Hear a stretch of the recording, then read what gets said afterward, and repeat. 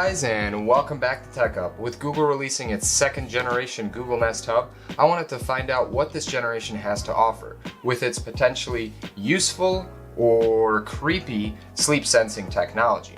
Furthermore, I'll go over all the other features this generation has to offer.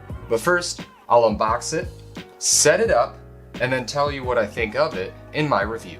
So let's get into the unboxing. So before we get into the unboxing, here's the packaging. Right away you see a pretty clean looking image of the new Google Nest Hub. On the side, you get certain things that you could say to the Google Nest Hub, as well as the apps that you could use with this device. So that's all listed here on the side. On the other sides, it seems like we do have other information that Google provides that comes with the device, as well as certain features with the Google Nest Hub.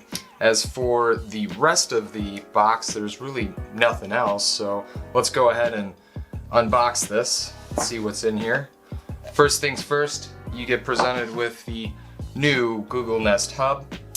Looks very similar to the previous generation right off the bat. That's how it looks like, but we'll go ahead and put this aside for now and see what's in the box. So in the box we get really nothing. Right away you get a Let's Get Started guide, as well as some other manuals, safety, warranty, and regulatory guide. Pretty basic, common for most of the devices that you get. And then you get a power cord, right, for the Google Nest Hub. Pretty long power cord here, so that's all you really get in the box. That's the unboxing, really. So yeah, the power cord, you got the Google Nest Hub, and let's go ahead and set this up and see what it's like. Before going ahead and setting this up, let's go ahead and take off the protective wrapping. Comes on the Google Nest Hub. Put this aside and let's set this up right away and go through the step-by-step process that you'd have to go through to set up the device. Now to begin the setup process of setting up your new Google device, you'll have to go ahead and install the Google Home app on your smartphone, and in just a bit Google will tell me to go ahead and install the app. And hi, to get started, download the Google Home app on a phone or tablet. Alright, I already did that. It's installed on my smartphone here. I'll go ahead and open it, and then once you open it, at the very top up here it will say Set Up Nest Hub, and I'll go ahead and click that to set up the device. So it says choose a home. I have home selected here, and I'll hit next to continue. We'll start looking for the devices. Eventually it will find the Google Nest Hub here in just a bit. Once it finds it, it'll tell me that it's been found, right? The Nest Hub has been found, so I'll hit next here, and then like with any device here now from Google, you have to scan the QR code on the display. Go ahead and do that. Scanned it. Now it's going to start connecting to the Nest Hub, so I'll go through this process here, but Google has a lot of instructions that you have to go through and click agree to, so I'll speed up the process for the sake of the video, but show you how to do it. Once you select your location and connect to your Wi-Fi and proceed to complete the other instructions, Google will ask you to turn on quick gestures. This is a new feature that Google has added to pause or play tracks by quickly placing your hand in a forward and backward motion over the mini radar sensor that they added to replace the camera from the previous generation. Afterwards, Google will ask for services that you'll like, and I've selected all the ones I'd be using. Once you've done that, you can go ahead and select what display you'd like on the Google Nest. So I went ahead and selected the weather display, since I like to see the weather. Right after that, you get an introduction to this new sleep sensing technology, which is another new feature that Google has added to the device, in which it uses the miniature Sensor, which I talked about earlier, to detect your sleep throughout the night by sensing motion and sound with the microphones. Here, you'll see that it gives you a rundown of all the information on how it can capture your snoring and coughing throughout the night.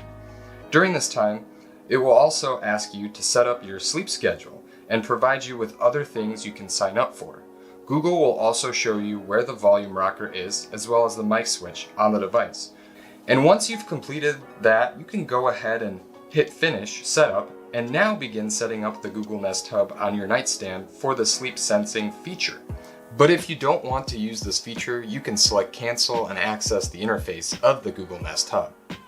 However, I'll go ahead and show you what it's like to set this up. So going through the instructions, Google will first tell you where to set up the Nest Hub and inform you that it has to be placed in a spot where nothing is in the way. Once you find a spot to place it, Google will inform you to place it at the same level as the mattress you're sleeping on and 1 to 2 feet away from the mattress. Furthermore, it will want the Nest Hub to be angled towards your torso for consistent sleeping data. It will tell you once again to have nothing in the way and inform you to lie on the bed to calibrate your breathing and positioning. Afterwards, it will either tell you that the sleep sensing is ready or that you have to redo it due to the position of the Nest Hub or interference it encountered during the calibration process. But once you're past that, you're ready to use it without having anything to press or activate when you go to sleep for the night. Just remember to have the sleep sensing feature turned on when you want to use it, as it will run in the background. Once this is all set up, you can begin using the Google Nest and access the interface. The layout of the interface will look like this, and there will be several tabs for you to access at the top of the display. On the main tab, you'll have various widgets that you've been using, and you'll have the option to dismiss or open the widgets by pressing and holding down on them. In the next tab, you'll have your wellness section, where you can access your sleep sensing data for your sleep, and it will show you how long you've slept, as well as various details on your night's sleep, which I'll get later into the video. Furthermore, in this section, there are also sleep-based questions on the side and additional features for your sleep sensing experience. Moving to the next section, you'll have your Home Control tab, where you can control all your smart devices and set up your smart routines. Afterwards, the Media tab gives you access to YouTube and the various other services you'd like to use. In this section, you can watch YouTube videos that are recommended and listen to podcasts or music. Here's a sample of a track I played on YouTube that was captured on my boom mic at max volume, and during this time I also tested out the Quick Gestures feature to pause and play the track.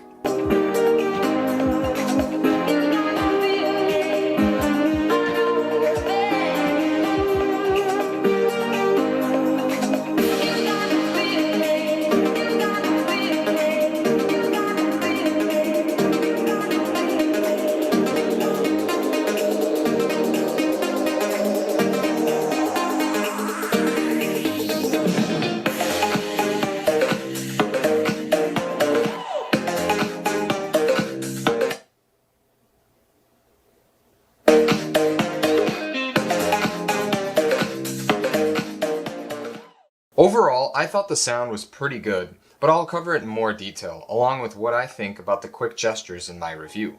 After the Media tab, the Communicate tab is the next one on the list, and this is where you can contact all your contacts via video call or phone call. And when I tested this out, the video quality and sound quality were good. As for the last two tabs, Google included a Family tab that's great for families to use to leave notes for each other or keep track of certain dates and alarms. As for the last tab, which is the Discover tab, it's a place where you can discover new things that you're potentially interested in, and Google will collect this information and feed you that news or information on your main page of the Nest Hub. As for accessing the control panel on the Nest Hub, all you have to do is swipe up from the bottom and you'll find the brightness icon to adjust your brightness up or down. Preceding that, you'll find the speaker volume to adjust your sound. Then you have the ability to toggle your sleep sensing on or off for your preference, and have the ability to activate Do Not Disturb. You can also set alarms by touching the Add Alarm icon and send Google feedback information by selecting this icon here. Lastly, the Setting Gear icon is the last icon, and here you'll access system settings to access device information, select your theme from either light to dark, or adjust your photo frame and turn on or off the new features on the Nest, such as motion sense, sleep sensing, and quick gestures.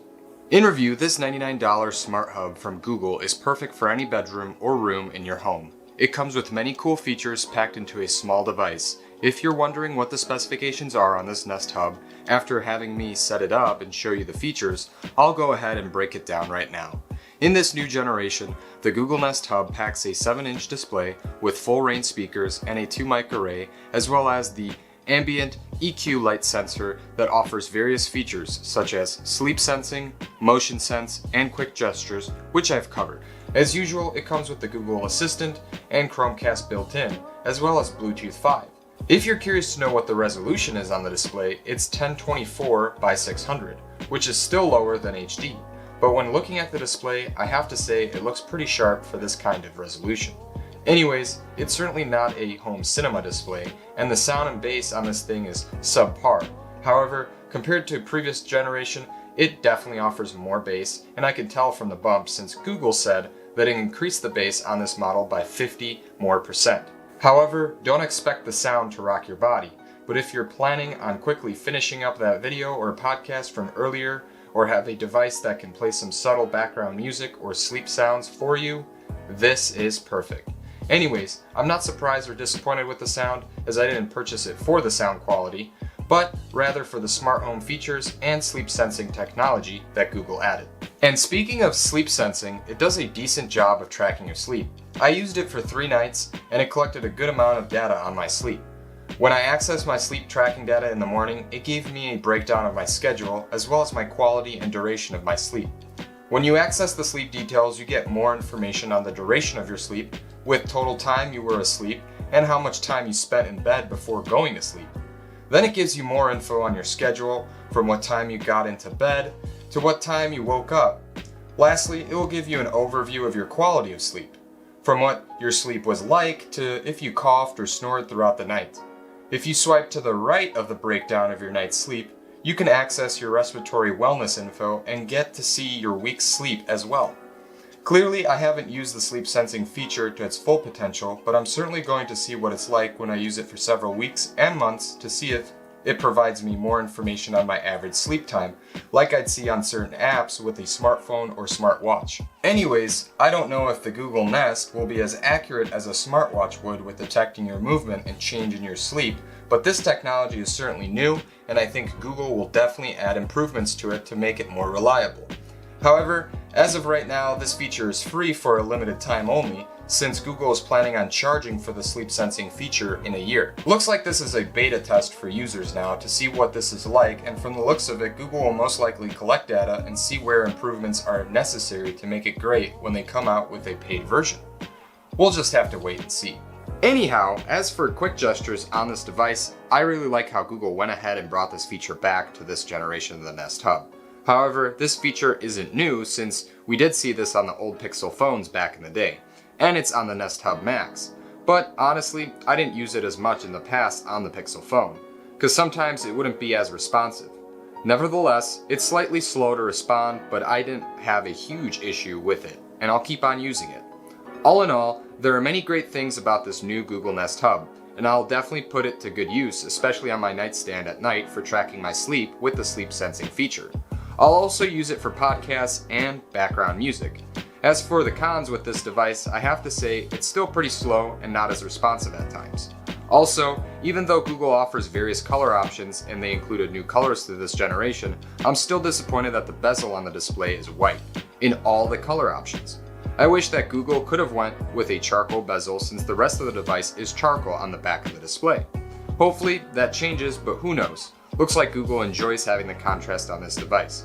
Anyways, hope you guys liked the video. Please leave a like and subscribe to the channel if you enjoyed this video and would like to see more content like this. As always, I'll see you in the next one.